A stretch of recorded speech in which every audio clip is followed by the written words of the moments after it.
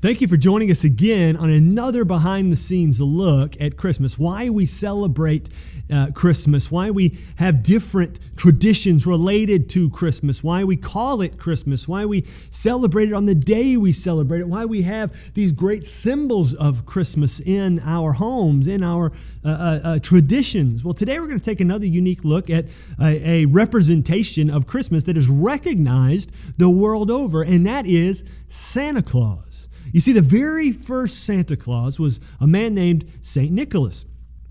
He, as a boy, was the only son of very wealthy Christian parents. He was born into the Greek culture, living in a port city of the Mediterranean Sea. And while Nicholas was a very young child, his parents contracted a disease and died during an epidemic sweeping through the region.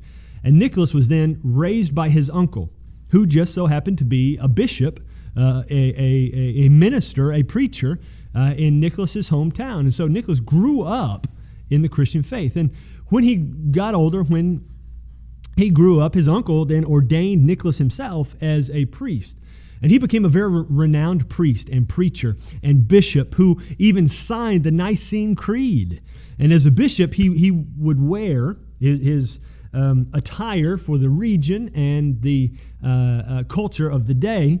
He would wear a red robe and a red hat, and during the winter, they lined the hat and the robe with fur to keep him warm. Now, in the city where Nicholas was serving as a minister, there happened to be a poor man who had 3 daughters for whom that man could not afford a dowry.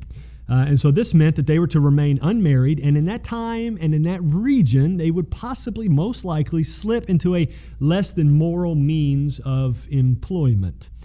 So Nicholas wanted to help, but did not want them to feel ashamed from accepting charity from him. So he also wanted to prevent himself from receiving any credit and wanted the credit all to go to God. So during the night, he went to their house and he threw 3 bags of money into their window.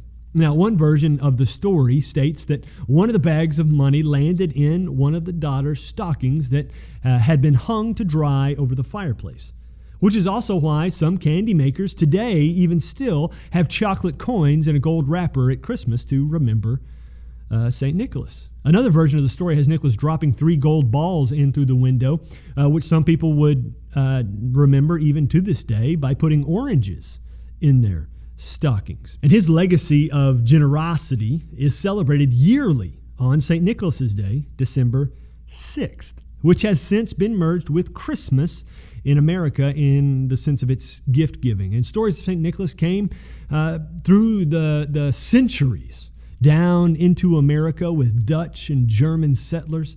In Dutch, St. Nicholas is called Sinterklaas, and in German, it is St. Niklaas, which came to be in America Santa Claus. And so Santa Claus is a man who desperately loves Jesus and loves people with a deep compassion and wants them to come to know Jesus as well. So when we see representations of Santa Claus at the store or in movies, all of that is about a man who is in love with Jesus. And so just as the Christmas tree points to Jesus, Santa Claus himself points to Jesus. And so today we look at him and we see a man who wants people to come to know Jesus. And so thank you for joining us here on another behind-the-scenes look at Christmas today as we looked at Santa Claus and his origin story and where he came from.